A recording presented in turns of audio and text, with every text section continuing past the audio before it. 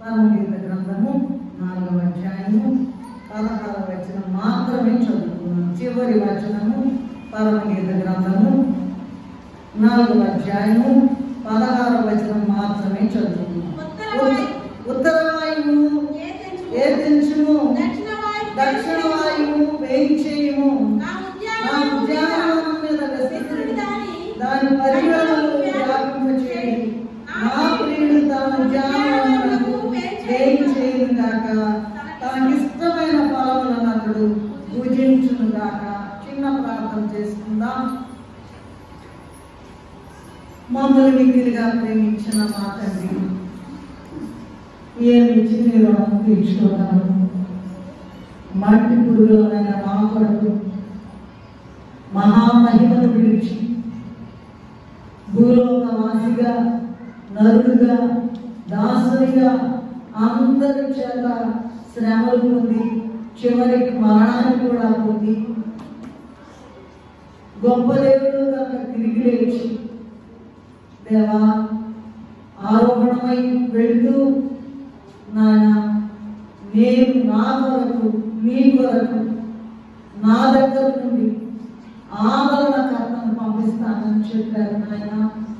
ఆదరణకర్తే అంచె దినాల్లో క్రైస్తవ సంఘమును, వధువు సంఘ కన్యకను సిద్ధపరుస్తూ ఉన్నారు కనుక ఈ యొక్క నాయన మర్మమైన వాక్యమును మాతో మాట్లాడండి.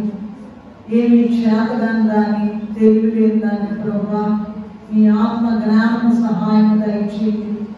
పరిశుద్ధాత్మ తండ్రి ఈ దినం మా మధ్య ఆయన రెక్కలు చాచుకుని దిగి వచ్చి నీ బలమైన ఆత్మకార్యం జరుగుతున్నట్లుగా అనుగ్రహించుమని, వచ్చిన ప్రతి బిడ్డలు దీవించుమని, ఈ వాక్యాన్ని వినే ప్రతి ఒక్క బిడ్డలు పరిశుద్ధాత్మ కార్యం చేయగలిగినట్లుగా కృప చూపించుమని వచ్చి వేసిన యేసయ్య అతి పరిశుద్ధమైన నామములో ఎంతో వినయముతో వేడుకొని ప్రార్థిస్తూ నామం తండ్రి. మరొకసారి నేను చదువుతాను. ఉత్తర వాయువు ఏదించుము, దక్షిణ వాయువు వేయించేయుము. నా ఉద్యానవనం మీద వెసురుడి దాని పరిమళములు వ్యాపింపచేయుడి. నా ప్రియుడు తన ఉద్యానవనమునకు వేయించేయును గాక, తనకిష్టమైన ఫలములను అతడు భుజించును గాక. త్రిత్వదేవుని నామములో అందరికీ కూడా మరణాలు వందనాలు చెల్లిస్తూ ఉన్నాం. ఇప్పుడు మనం చదువుకున్నటువంటి ఒక్క వాక్య భాగం ధ్యానం చేసుకుందాం. పరిశుద్ధ గ్రంథమైన బైబిల్లోని 66 పుస్తకాలలో బోధించటకు లేదా వ్యాఖ్యానించటకు బహు కష్టతరమైనవి 2 గ్రంథాలు ఉన్నాయి. ఒకటి పరమగీతము, రెండవది ప్రకటన అని మునుపు నేను చెప్పి ఉన్నాను. జాగ్రత్తగా వినండి. ఇంత ముందే చెప్పుకున్నాను, మరొకసారి గుర్తు చేస్తూ ఉన్నాను. ఈ లోకంలో స్త్రీని కానీ, మళ్ళా రిపీట్ చేస్తున్నా, స్త్రీని కానీ, సిరిని కానీ, అంటే ధనాన్ని కానీ ముట్టుకోకుండా ఉన్నటువంటి దైవజనులైన ఫాదర్ ముంగమూరి దేవదాసయ్య గారు ఈ గ్రంథాల యొక్క వ్యాఖ్యానాలను రాశారు. వీరు మోషేలాగా దేవుని ప్రత్యక్షత కలిగి కన్ను తెరచిన, కన్ను మూసిన ప్రభువును చూచి మాట్లాడి దేవుడు అందరికీ కనపడి మాట్లాడతాడు అనేటువంటి మాటను బోధించి అందరినీ కూడా దేవుని చూడండి, దేవుని మాట్లాడండి అని చెప్పిన వారు ఈ ఫాదర్ ముంగమూరి దేవదాసు అయ్యారు. ఈ దైవజనుని యొక్క వ్యాఖ్యాన గ్రంథం నుండే నేను ఈ వాక్యాన్ని బోధిస్తూ ఉన్నా. ఈ వాక్యం యొక్క సారాంశం ఏంటంటే, ఒక్క మాటలో చెప్పాలంటే మొత్తం విషయాన్ని ఈ యొక్క సారాంశం ఏంటంటే, ఈ యొక్క వచనం యొక్క సారాంశం ఏంటంటే, పెండ్లి కుమార్తె మనసులో ఉన్నటువంటి వధువు సంఘ కన్యక, అంటే రాకడ వరకు ఎదురు చూచే కన్యక పరిశుద్ధాత్మ తండ్రిని తన మీద రాలవలెనని ఈ భాగంలో ఆహ్వానిస్తూ ఉన్నది.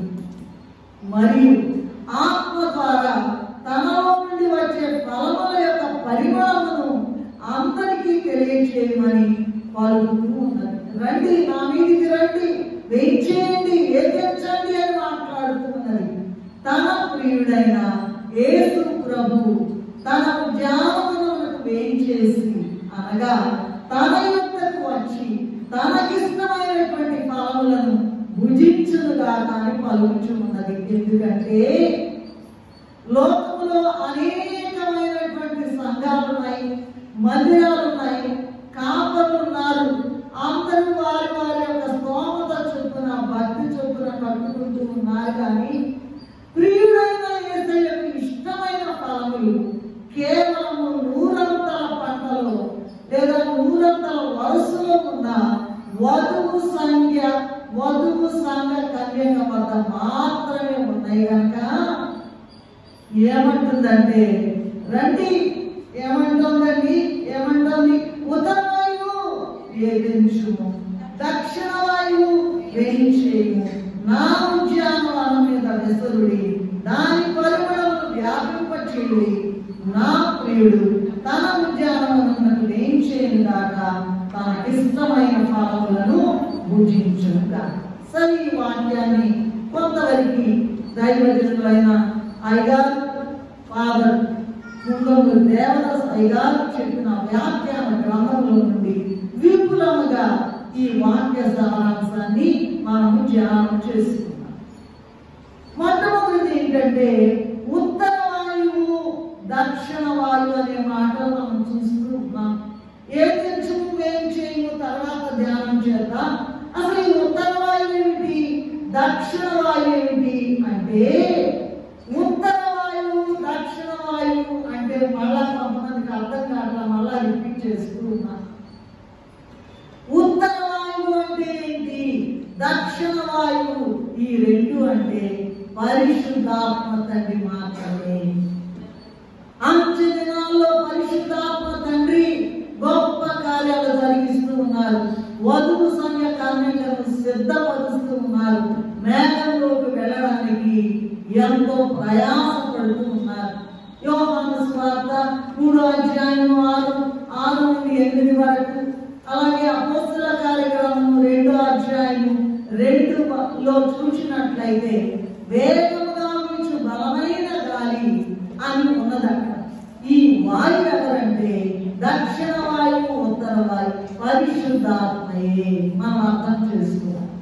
ఉత్తర వాయువు అయినా దక్షిణ వాయువు అయినా ఈ బలమైన గాలైనా సరే ఎవరు అంటే పరిశుద్ధాత్మ తండ్రి. యేసయ్య ఈ భూలోకానికి వచ్చి భయంకరమైన శ్రమలు అనుభవించి మొత్తం సర్వ సృష్టిని తన ఉప్పిలు విప్పి పోషిస్తూ ఉన్న దేవుడండి. ఈ లోకానికి వచ్చి ఎందుకు వచ్చారట? మన ఉనికిని బట్టి, మన దుర్మార్గతను బట్టి, మన హింసను బట్టి, మన యొక్క అవమానాలను, మన యొక్క దుర్మార్గతను బట్టి, మన యొక్క దుస్తత్వాన్ని బట్టి, మన యొక్క అపవిత్రతను బట్టి, మన యొక్క అవిధేయతను బట్టి ఈ భూలోకానికి వచ్చి నిందలు పొంది, అవమానములు పొంది, ఇదిగో తన యొక్క శరీరం అంతా కూడా ఛిద్రం చేయబడి తన రక్తాన్ని కార్చి, నిరపరాధ రక్తం కార్చకపోతే ఇదిగో ఈ మురికి వాళ్ళమైన మనం వధువు సంఖ్య రూపంలోకి రాలేము. కనుక బహు శ్రమపడి చివరికి సిలువలో చనిపోయి, సిలువ మరణం నుండి ఇక అయిపోయింది అనుకున్న వాళ్ళకి గొప్ప దేవుడిగా నిరూపించుకోవడానికి ఆయన ఇదిగో మళ్ళా తిరిగి లేచారు. యూదా గోత్ర సింహ తిరిగి లేచేను, యూదా గోత్ర సింహ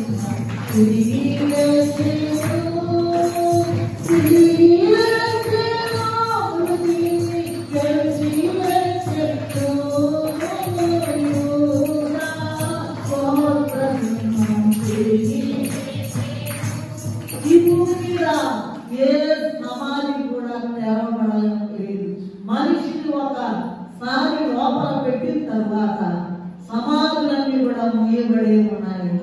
ఒక్కటి మాత్రమే తెరవబడి ఉన్నది.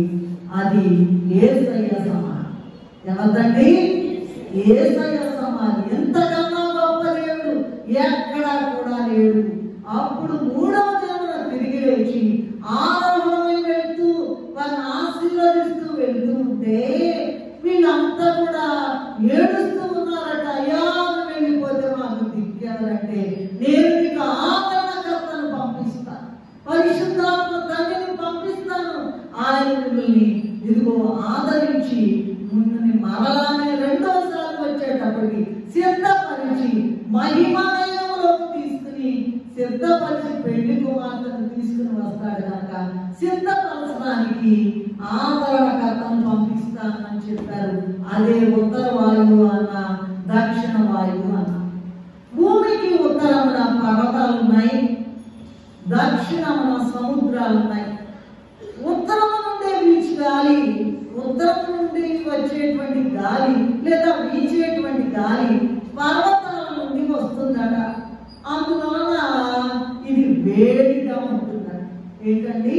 ఉత్తర వాయువు అనేటువంటిది భూగోళానికి ఉత్తరమున మొత్తం పర్వతాలేనంట. ఆ గాలి వేడిగా ఉంటుందట. ఆ ఉత్తర వాయువు అనేటువంటి వేడిగా ఉండే గాలి మరి మన యొక్క పాపములను ఒప్పింపచేస్తుందట. అదే పరిశుద్ధాత్మ. మనిషి పశ్చాత్తాపడి పాపములు ఒప్పుకోవడం బహు కష్టతరమైన పని కనుక నమ్మరండి, మారరండి, మారరండి, పాపం ఒప్పుకోరండి, పాపం కప్పిపుచ్చుకుంటారన్నమాట. అందువలన ఇదిగో పాపాలు ఒప్పుకోవడం అనేటువంటిది బహు కష్టతరమైన స్థితి కనుక బాగా వేడిగా ఉరికంతా తీసేయడానికి పరిశుద్ధాత్మ తండ్రి అనే ఉత్తర వాయువు అవసరం కనుక ఈ వేడిగా ఉండేటువంటి ఈ వాయువుని మరి ఉత్తర వాయువు అని అన్నారు. లేదా వేడిగా ఉండేటువంటి పరిశుద్ధాత్మ గాలిని ఉత్తర వాయువునకు పోల్చారు. పాపములను ఒప్పుకుంటేనే గాని పరిశుద్ధాత్మ దేవుడు మనిషిలో ప్రవేశింపడు. పరిశుద్ధాత్మ వారిలో ప్రవేశించి వారిలో ఉన్న పాపమంతటిని కూడా పరిహారం చేస్తుంది. మరి మనము అపోస్తల కార్యగ్రంథము 2వ అధ్యాయం 1వ వచనంలో చూసినట్లయితే బలమైన వీచు అగ్ని నాలుకల వలె చదవనమ్మా తొందరగా తీరగా వేగముగా వీచు బలమైన గాలి వంటి ధ్వని చాలు.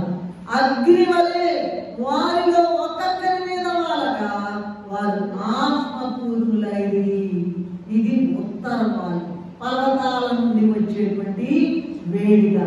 సరే, ఇక నెక్స్ట్ దక్షిణం నుండి వీచే వాయువు లేదా దక్షిణం నుండి వీచే గాలి ఏంటంటే ఇదండి దక్షిణపు వైపున సముద్రాలు ఉన్నాయి కనుక ఈ సముద్రపు గాలట చల్లగా ఉంటుంది.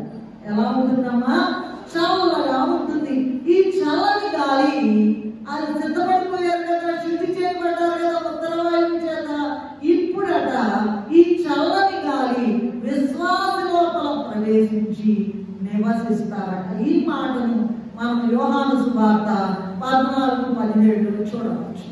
ఈ చల్లని గాలి అనేటువంటి దక్షిణ వాయువు లోపల విశ్వాసి లోపల ప్రవేశించిన తర్వాత ఆదరణ కలిగిస్తుందట, ఆనందము కలిగిస్తుందట. అలాగే పరిశుద్ధాత్మ తండ్రి అట 1 కొరింథీయులకు రాసిన పత్రిక 12వ అధ్యాయంలోనట చెప్పబడినట్లుగా విశ్వాసికి అనేక వరములు ఇస్తుందట. గలతీయులకు రాసిన పత్రిక 5వ అధ్యాయం 22లో చెప్పబడినట్లుగా ఆత్మ ఫలములను దయచేస్తుందట అనే మాట తెలియజెప్పినారు దేవదాసయ్య గారు. ఆత్మ సంబంధమైన ఆభరణములను ఇచ్చి 1 యోహాను 3వ అధ్యాయము 2వ వచనములో ఉన్నట్లుగా పరిశుద్ధాత్మ పెళ్లి కుమారుడైన క్రీస్తు ప్రభు యొక్క పోలికగా వధువును మారుస్తుందట. మనము మారేదము మారమది గొప్పదే. మనము మారేదము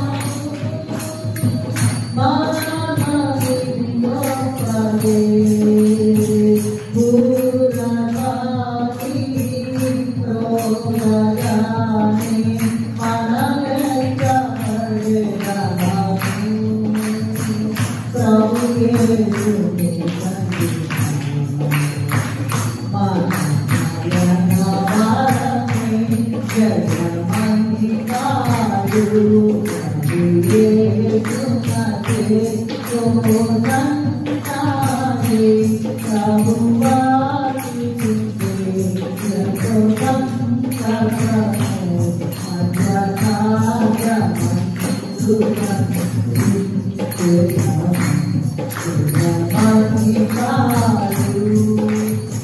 ఈ దక్షిణ వాయువట ఉత్తర వాయువుని చెప్పుకున్నా. ఉత్తర వాయువట లేదా ఉత్తర వాయువు వలన సంఘ నిర్మాణం జరిగింది. ఏంటమ్మా? ఉత్తర వాయువు వలన సంఘ నిర్మాణం జరిగింది. దక్షిణ వాయువు వలన సంఘము ప్రభుని యొక్క 2వ రాకడ కొరకు సిద్ధపరిచి మేఘములలోకి తీసుకొని పోతుందట. ఒక పంట పండాలంటే తొలకరి వర్షము కడవరి వర్షము వలన వర్షము ఎలాగో అవసరమో, అంటే కడవరి వర్షము ముందు తొలకరి వర్షము తర్వాత కడవరి వర్షము. ఒక పంట ఫలించాలంటే అది ఆ మాట ఉందండి, తొలకరి వర్షము కడవరి వర్షం అనేటువంటి మాట ఇర్మియా గ్రంథము 5వ అధ్యాయం 24వ వచనంలో ఉన్నది. అలాగే ఒక పంటకు తొలకరి వర్షము కడవరి వర్షము ఎలాగో అవసరమే, క్రైస్తవ సంఘ పరిపూర్ణతకు ఉత్తర వాయువు దక్షిణ వాయువు ఈ 2 కూడా అవసరం. ఏంటమ్మా? ఏంటి చెప్పండి? పంట పండాలంటే తొలకరి వర్షం కావాలి, ఆ తరువాత కడవరి వర్షం కావాలి. అలాగే క్రైస్తవ సంఘము పరిపూర్ణ రూపమునకు క్రీస్తు రూపమునకు మార్చబడాలంటే ఇటు ఉత్తర వాయువు అవసరమే, ఇటు దక్షిణ వాయువు కూడా అవసరమే. పై వాయువు 2 ఒక్కటే కానీ 2 మార్లు ఇస్తాయట. మొదటిసారేమో సంఘ ప్రారంభ కాలంలో వీచేదేమో ఉత్తర వాయువు. ఇప్పుడు 2వసారి వీచేటువంటి ఈ గాలి దక్షిణ వాయువు 2వ రాకడకు పెళ్లి కుమార్తె సంఘాన్ని, 100 పంటలో ఎదిగిన సంఘాన్ని, ఆ రూపము సంతరించుకున్న సంఘాన్ని తీసుకుని మేఘంలోకి వెళ్ళిపోతుంది. ఈ 2 వాయువులు ఉత్తర వాయువైనా దక్షిణ వాయువైనా ఎవరన్నా? పరిశుద్ధాత్మ దేవుడు. సరే, తర్వాత ఇంకా అవతలకి వెళ్దాం. ఏదించుము వెయిట్ చేయమనే మాటలు ఉన్నాయి. ఉత్తర వాయువు ఏదించుము, దక్షిణ వాయువు వెయిట్ చేయమనే మాట. ఈ 2 మాటలకు కూడా ఏదించుము అన్నా వెయిట్ చేయమన్నా ఒకటే అర్థం. కానీ పెళ్లి కుమారుని రమ్మని ఆహ్వానిస్తూ ఉన్నది. ఏంటి? మొదటిసారి రెండయ్యా అంటూ ఉన్నది. అయితే 2వసారి అంటుందంటే వెయిట్ చేయము అని అంటూ ఉన్నది. ఈ వెయిట్ చేయము అనేటువంటి 2వ పిలుపును బట్టి చూడగా మొదటి సంఘ కాల స్థితి కంటే 2వ సంఘ కాల స్థితి చాలా ఉన్నదిగా లేదా చాలా ఉన్నతమైనదిగా కనబడుతూ ఉన్నది కనుక 2వసారి ఉత్తర వాయువు ఏదించు, దక్షిణ వాయువు వెయిట్ చేయమని అతి గౌరవంతో ప్రభువును వధువు సంఘము కన్యక ఆహ్వానిస్తూ ఉన్నది. సరే, నా ఉద్యానవనం మీద వ్యసనుడి దాని ఇక్కడ. ఈ పెళ్లి కుమార్తె చెప్తా ఉన్నారు, నా ఉద్యానవనం మీద ఈ పెళ్లి కుమార్తె ప్రభువుతో మాట్లాడుతున్నది, పరిశుద్ధాత్మ తండ్రితో మాట్లాడుతున్నది. నా ఉద్యానవనం మీద వ్యసనుడి, దాని పరిమళములు వ్యాపింపచేయుడి అని. పెళ్లి కుమార్తె అయినటువంటి ఉద్యానవనము పరిశుద్ధాత్మ అనేటువంటి వాయువును వ్యసనమని పలుకుచు ఉన్నది. అంటే వ్యసనం అంటే ఏంటంటే పని చేయాలంట. పరిశుద్ధాత్మ ఏం పని చేయాలంట? పని చేయటం అంటే తనలో కలిగి ఉన్న, ఎవరిలో? వధువు సంఖ్య కన్యక, పెళ్లి కుమార్తె, ఊరంతా వరుసలో ఉన్నటువంటి పెళ్లి కుమార్తె సంఘ కన్యక యొక్క వాక్య పఠనము, ప్రార్థన, స్తుతి, ధ్యానము, సన్నిధి సహవాసము మొదలగు అనుభవాలు, అలాగే వాక్య ప్రకటన. ముందేమో వాక్యం పఠనం, ఇదేమో వాక్య ప్రకటన, కృపావరములు, ఆత్మ ఫలములు మొదలగు వాటి యొక్క పరిమళమును. ఇదిగో మనం తయారు చేశాను కదా, నేనే అందరికీ చెప్పేస్తా అని ఇదిగో అందరికీ తెలియచేయండి. నాలో ఉన్న పరిమళము అందరికీ వెదజల్లబడాలి. దేవుడు కనబడి మాట్లాడతాడు, దేవుడు శుద్ధి చేస్తాడు.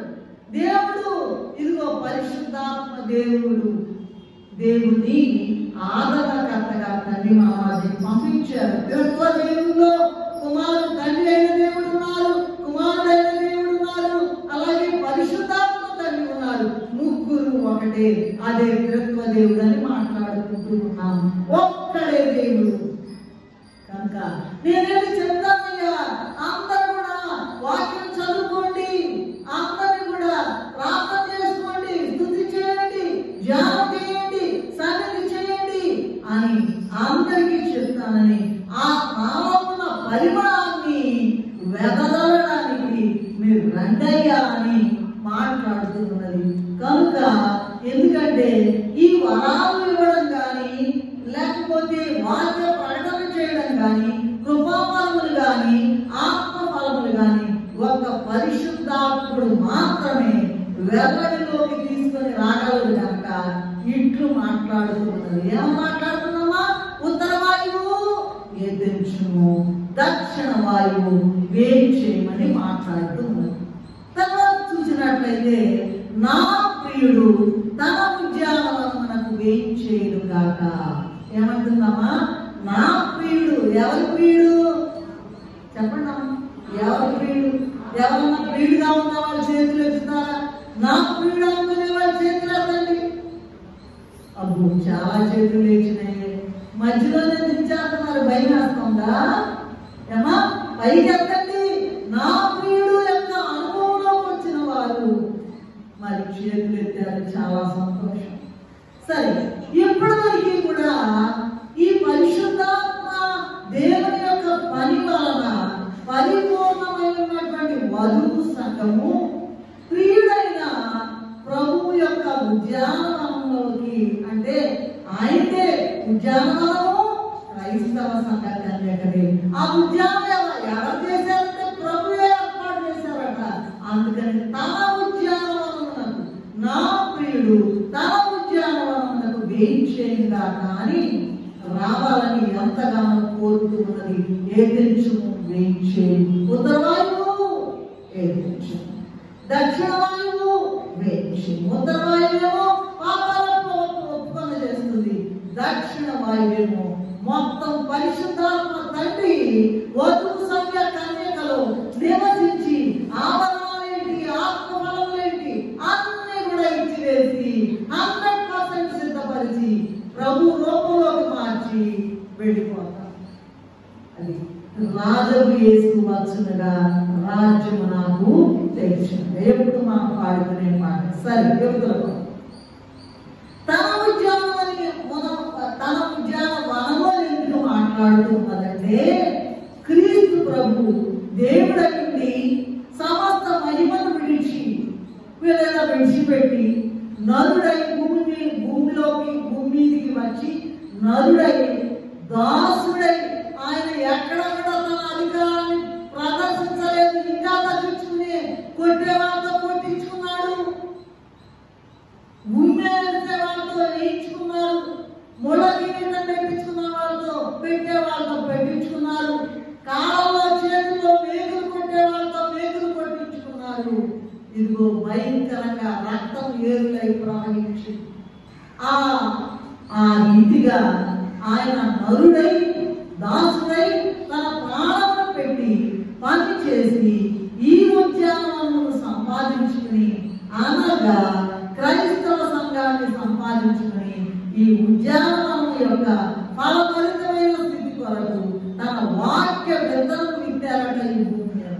ప్రభు లేకపోతే వాక్య విత్తనము లేదు. తన వాక్య విత్తనము ఈ భూమి మీద వేసి తన రక్తం అనే నీరు కట్టి ఆయన శరీరం అనే ఎరువు వేసి కాలంలో నీళ్ళు వచ్చేస్తాయి. భూమి మీద ఒక ఫలభరితమైన స్థితి కొరకు వధువు సంఘాన్ని తయారు చేయాలంటే, తనతో సమరూపంగా రావాలంటే ఇదిగో తన వాక్య విత్తనము ఈ భూమి మీద వేసి తన రక్తం అనే నీరు కట్టి ఆయన శరీరం అనే ఎరువు వేసి పరిశుద్ధాత్మ అనే గాలిని పంపి, ఏంటమ్మా, పరిశుద్ధాత్మ అనే గాలిని పంపి ఫలభరితమైనదిగా చేశారట. దీనికంట ఈ ఏర్పాటు చేయడమే కాకుండా ఆ ఉద్యానవనాన్ని కాయడానికి కావలి వారుగా కాపరులను ఉంచారట. అందుకే మనకి సంఘాలు కాపరులు కూడా. దీన్ని కాయడానికి కావలి కాయవారు అనేటువంటి కాపరులను ఉంచాడు కనుక ఈ ఉద్యానవనం ప్రియుదే కనుక ప్రియురాలు ఏమంటుందంటే, నా ప్రియుడు తన ఉద్యానవనమునకు వేయించేయుగా కానీ ప్రియుని ఆది గౌరవంతో ప్రార్థిస్తూ ఉన్నది ఇక్కడ. ఎందుకంటే ప్రార్థించడం అంటే మరి ఆశించుట, గాక ఉంది కదండి, గాక వేయించేయు గాక అంటోంది. గాక అంటే ప్రార్థించుట లేదా ఆశించుట. ప్రభువు నేర్పిన ప్రార్థనలో నీ రాజ్యము వచ్చునుగా అని అంటాం కదమ్మా. నీ రాజ్యము వచ్చునుగా కానీ పలుకుతూ ఉన్నాం. అనగా ప్రభు రాజ్యము ఇంకా భూమి మీదకి రాలేదు కనుక రావాలనని ప్రియురాలు కోరుతున్నది. తన ఆశను తెలియజేయటే గాక నా ప్రియుడు వచ్చును గాక, తన ఉద్యానవనమునకు వచ్చును గాక అని తెలియజేస్తున్నది. తర్వాత చూసినట్లయితే తనకి ఇష్టమైన ఫలములను అతడు భుజించును గాక. క్రీస్తు ప్రభువు తన స్వజనులైన యూదుల యొద్దకు వచ్చినప్పుడు ఆయన స్వజనులైన వారు ఆయనను అంగీకరించలేదు. మెస్సియా ఈయన కాదు, ఇంకొక ఆయన వస్తాడని అనుకుంటూ ఉన్నారు. అందువలన ప్రభువు అనుభవించవలసిన ఫలములు ఆ స్వజనులైన యూదులలో కనబడలేదు. ఈ విషయము యోహాను సువార్త 1వ అధ్యాయం 11-12 వచనంలో మనం చూడగలం. నిజమైన ద్రాక్షావళి అయిన క్రీస్తులో నిలిచి ఉండేటువంటి తీగలట బహుగా ఫలిస్తాయట, అలా ఫలించినాయట. అయితే ఈ ద్రాక్షావళికి వేరైన వారు బయట పారవేయబడతారట, ఎండిపోతారట. ఆ విషయము ఎవరైతే వేరుగా ఉంటారో వాళ్ళు ఎండిపోతారని యోహాను సువార్త 15వ అధ్యాయం 5-6 వచనాల్లో వ్రాయబడి ఉన్నది. ఇట్టి ఫలింపని జనమే యోధా సంతతి. ఆయన స్వజనులు పట్టించుకోలేదు, ఆయన్ని అంగీకరించలేదు, ఆయన్ని శిలువ మీద చంపేసారు ఆయన్ని. అందువలన ఈ జనములకు ఏ జనము? ఆ యూదా జనము, ఆమె ఇశ్రాయేలీయులు ఉన్నారు. ఈ జనముకు సాదృశ్యంగానే అంజూరపు చెట్టును ప్రభు చూచి ఆయన చూసినప్పుడట ఫలములు కలిగిన చెట్టు వలె పచ్చని ఆకులు చెట్టు నిండా ఉన్నాయంట, కానీ ఫలములు అయితే లేవు. చెట్టు పచ్చని ఆకులతో నిండిపోయిందంట, కానీ ఇదిగో ఫలములు ఒక్కటి కూడా లేదు. అప్పుడట ఇక మీదట ఎవడును నీ పండ్లు ఎవరు తినకుందురుగాక అని చెప్పారట. అది ఇక ఫలింపలేదు కానీ పూర్తిగా ఎండిపోయిందట. ఆచారములనే ఆకులు అదిగో ఆ యూదుల్లో ఉన్నాయి కానీ క్రియలు అనేటువంటి ఫలములు యూదులలో లేవు కనుక యూదులట ప్రభువుని అంగీకరించకపోవడం వల్ల ప్రభువు భుజించటకు ఆశించేటువంటి ఆత్మ ఫలములు వారి యందు లేనందున పూర్తిగా ఎండిపోయిందట. అదే అంజూరపు చెట్టు. అదిగో అంజూరపు ఓ క్రైస్తవ చిగురించెను అదిగో అంజూరపు ఓ క్రైస్తవ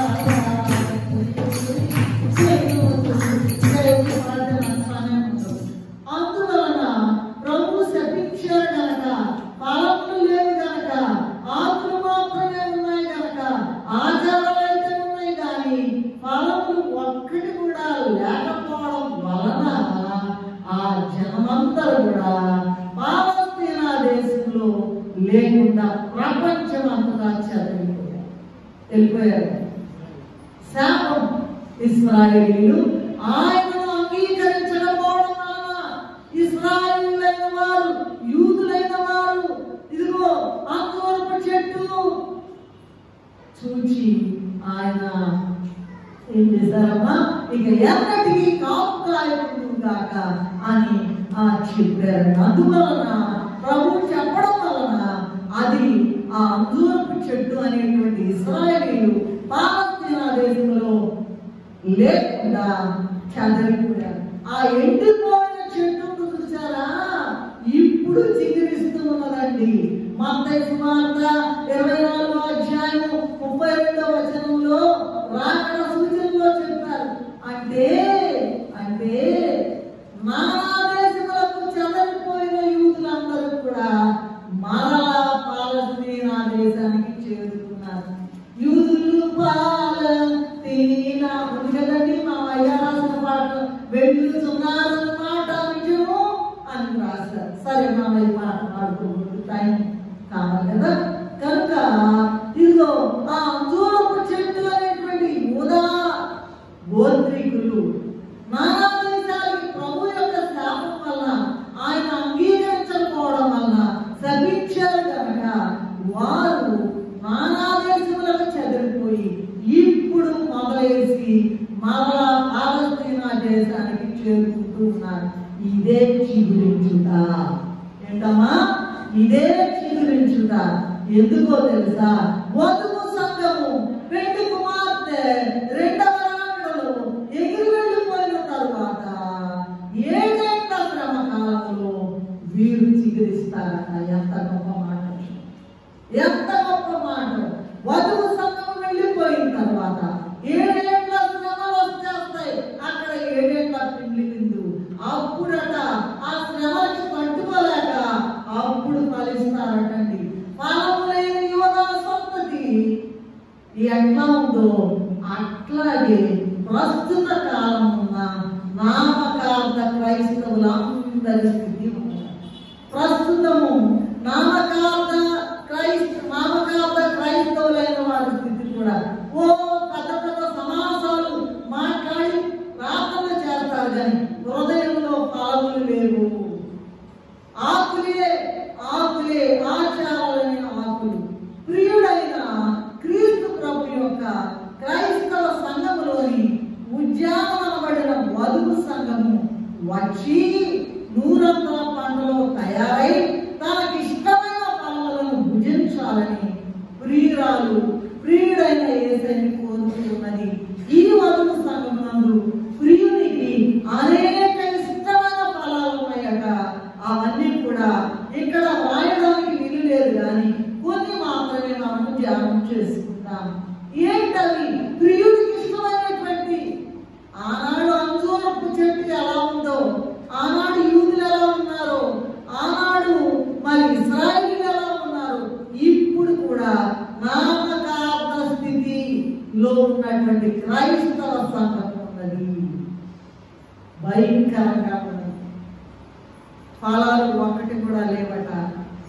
అటువంటి స్థితిలో ఉన్నటువంటి వాళ్ళను చూచి నూరంతల పంటలో ఉన్న ఈ పెళ్లి కుమార్తె సంఘాన్ని చూచి కన్యకను చూచి ఉత్తరవాయువు అయ్యా రాయ పరిశుద్ధ ఆత్మదేవా, దక్షిణ వాయువు అయ్యా రాయ, గో నా ఫలాలు ఉన్నాయ్యా, నీకు చూపిస్తానయ్యా, నీకు ఇష్టమైన ఫలాలు పూజించయ్యా అని మాట్లాడుతూ ఉన్నారు. సరే, ఏమిటి చాలా ఉన్నాయి ఫలాలు, అవన్నీ చెప్పడం లేదు కానీ కొన్ని మాత్రమే చెప్తాను నేను. ఉదాహరణ, మారు మనస్సులకు తగిన ఫలములు. లూకాసు వార్త 3వ అధ్యాయం 8వ వచనంలో చూడొచ్చు. అనేకులు మార్పు చెందుతారు కానీ వారిలో ఫలములు కనబడవు. మారు మనస్సులో ఉన్న వారి మంచి క్రియలు అనేటువంటి ఫలములు ప్రభు ఆకలి తీరుస్తాయి. సజీవుల తీర్పు సమయమునందు ప్రభు అట తన కుడివైపున ఉన్న వారితో, నేను ఆకలి కొట్టిది, మీరు నాకు భోజనం పెట్టింది అని మత్తయి సువార్త 25వ అధ్యాయంలో 37వ వచనంలో ఉన్నారు. వీరు ఇతరులకు చేశారు కనుక ప్రభువుకి చేసినట్లే అని చెప్పారు. అలాగే 25-40లో ఉన్నది, అంటే పేదలైన వారి ఆకలి తీర్చినందున ప్రభు యొక్క ఆకలి తీరినట్లే కనుక మరి మారు మనస్సుకు తగిన ఫలాలు అంటే అది అని ఇక్కడ చెప్పబడుతూ ఉన్నది వివరణలో. రెండవది చూసినట్లయితే నీతి ఫలములు. ఈ నీతి ఫలముల విషయం 2వ కొరింథీయులకు రాసిన పత్రిక 9వ అధ్యాయం, అలాగే యాకోబు పత్రిక 3వ అధ్యాయం 17-18లో చూసుకున్నట్లయితే నీతి క్రియలు అనే ఫలములు కనబడతాయి. నీతి క్రియలు అంటే, నీతి క్రియలే ఫలములు అంటే నీతిమంతుడైన యేసయ్యను పూర్తిగా అనుసరించి నడుచుకోవడం. అమ్మా, ఒక మాట కూడా మాట్లాడలేదు ఆయన, మామైతే నోరు ఆదిరిపోద్ది, కంపు కొడుతుంది. అమ్మా, ఒక్క మాట కూడా మాట్లాడలేదు. గొర్రె బొచ్చు కత్తిరించు వాని ఎదుట మౌనముగా ఉంటున్నట్లు అతడు నోరు తెరవలేదు.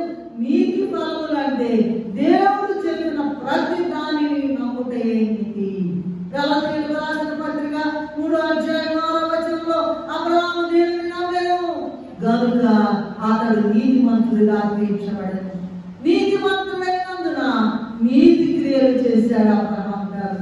అంటే దేవుడు చెప్పిన ఏం చెప్తాడు చేశాడు కనుక దేవుడు అట అబ్రహామును చూడవచ్చి అబ్రహాము ఎంత బుద్ధించాడనే విషయము ఆదికాండ గ్రంథము 18వ అధ్యాయం 8వ వచనంలో మనం చూడగలం. ఇంకా చూస్తాను, దేవుని పోలి పూర్తిగా నడుచుకున్నాడు కనుక అబ్రహాం ఎటు వెళ్ళు ఏంటి దారం కూలిపోకుండా తీసుకెళ్ళేదట. దేవుడు ఎట్లా నిలబడి అట్లా చేశాడు కనుక అబ్రహామును చూడడానికంట దేవుడు దిగివచ్చి వేశాడట. అబ్రహాము ఎంత బుద్ధించాడట. నువ్వు ఎప్పుడైనా దేవుడికి అన్నం పెట్టావా, భోజనం పెట్టావా? నీకు ఇష్టమైన ఫలం ఉంటేనేగా, నీ హృదయం మారితేనే కదా. మారు మనసు అనే ఫలములు ఉన్నాయా నీలో? నీతి ఫలములు ఉన్నాయా? ఒక్కసారి పరిశీలన చేసుకోవాల్సిందిగా ప్రభు నామంలో మనం చేస్తూ ఉన్నాం. తర్వాత చూసినట్లయితే ప్రవర్తనా ఫలము. ఈ ప్రవర్తనా ఫలము విషయము సామెతల గ్రంథంలో 1వ అధ్యాయం 3వ వచనంలో ఉంది. ఇంకా చాలా చోట్ల ఉన్నాయి కానీ అవన్నీ నేను చెప్పట్లేదు, టైం యొక్క షార్టేజ్ వల్ల. ఈ ప్రవర్తనా ఫలం అంటే ఏంటంటే వాక్యోపదేశం చేసిన వారట వాక్యం అనుసరించి ప్రవర్తిస్తారు కనుక, లేదా ప్రవర్తించినారు కనుక ప్రవర్తన ఆ వాక్యోపదేశం విన్నవారు, వాక్యోపదేశం చేసిన వారి ప్రవర్తనా ఫలములు తలంచుకొని వారు అనుసరించిన విశ్వాస పద్ధతిని అనుసరించారట. అప్పుడు వారు చేసిన క్రియలు వీరు కూడా చేస్తారట. ఉదాహరణ చూసినట్లయితే ఏలియా చేసిన అద్భుతములు ఏలియా చేశారు, అబ్రహాము చేసిన క్రియలు లోతు కూడా చేశాడు అనేటువంటి విషయాన్ని ఇలాగూ తమ యొక్క ప్రవర్తన ఫలములు ప్రభు ఆకలి తీర్చారు. తర్వాత జీవ ఫలములు ఈ లాస్ట్ గా చెప్పి నేను ముగిస్తాను. 11వ అధ్యాయం ఎబ్రీ పత్రిక 15వ వచనంలో చూసినట్లయితే ఇదిగో స్తుతి చేయుట, స్తుతి యాగమట. ఇక్కడ పెండు కుమారుడట బలియాగం చేస్తేను పెండు కుమార్తెట స్తుతి యాగం చేసిందట. అదే జీవ ఫలము అంటున్నారు. తనకు తానే పెండు కుమార్తె ప్రభువునికి స్తుతిగా అప్పడైపోయిందంట. ఇట్లు నిత్యము స్తుతించే స్థుతిని ఇక్కడ ప్రియురాలు కలిగి ఉన్నది కనుక ఇది జీవ ఫలములు. నేను ఒక మాటను చేసి ఒక ఫలములు చెప్పేసి స్తుతి ఫలములు లేదా జీవ ఫలములు ఏంటంటే ప్రియుని విధేయత ఇచ్చినందుకు స్తుతి, ప్రియుని యొక్క పరిశుభ్రత ఇచ్చినందుకు స్తుతి, ప్రియుడు చూపిన ప్రేమ కొరకు స్థితి, ప్రియుని వల్ల కలిగిన రక్షణ కొరకు స్థితి, ఆయన స్వరూపం సమానమైన స్వరూపం కొరకు స్థితి, ఆయన నివాసంలో ప్రియురాలకు నివాసం ఇచ్చినందుకు స్థితి, ఆయన ఆశీర్వాదైన సింహాసనం మీద తనను కూడా ఆశీర్వాదాలుగా చేసినందుకు స్థితి, పెళ్లి విందులో పాలు దయచేసినందుకు స్థితి, 1000 పరిపాలన కాలంలో భూమి మీద ఆయనతో పాటు సింహాసనం మీద కూర్చోబెట్టి పరిపాలించే రాణిగా చేసినందుకు స్థితి, పరిపాలన కాలమందు రాజైన ప్రభు ప్రధాన యాజకుడు అయింది కనుక ప్రియురాలికి కూడా యాజకత్వం ఇచ్చినందుకు స్థితి. ఇలాగా ప్రియురాలు జీవ ఫలం అందిస్తుందట. అందుకే ఈ ఫలములన్నీ తినడానికి రమ్మంటుందట. ఈ ఫలములన్నీ కూడా మనం కలిగి ప్రియుని యొక్క ఆకలి తీర్చి లేదా తీర్చుట ద్వారా ప్రియుని రూపం కలిగి మేఘములకే ధన్యత తండ్రి మనకు అనుగ్రహించుగాక.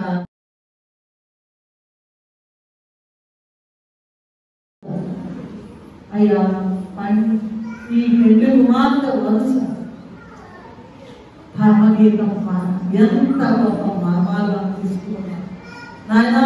మేము వినదగం ప్రభు దుర్మార్గులు ఆయన దుష్టులు ఆయన నీ యొక్క అంతస్తులోకి మమ్మల్ని తీసుకురావడానికి ఎంతో ప్రయాసపడుతున్నారు కనుక దేవా నీకు చేతులెత్తి నమస్కరిస్తూ మమ్మల్ని అందరినీ కూడా నాయన మీ మహిమ మేఘమెక్కడానికి కావలసిన ఫలములు నాయన మాకు అనుగ్రహించి నీకిష్టమైన ఫలములు నాయన మేము తయారు చేసి నీ రూపంలోకి వచ్చి మధ్యాకాశంలో నిన్ను కలుసుకునే ధన్యత ఇచ్చివేసినందుకు స్తుతులు చెల్లిస్తూ యేసు నామములో స్తుతి చెల్లించి వేడుకుంటున్నాము తండ్రి.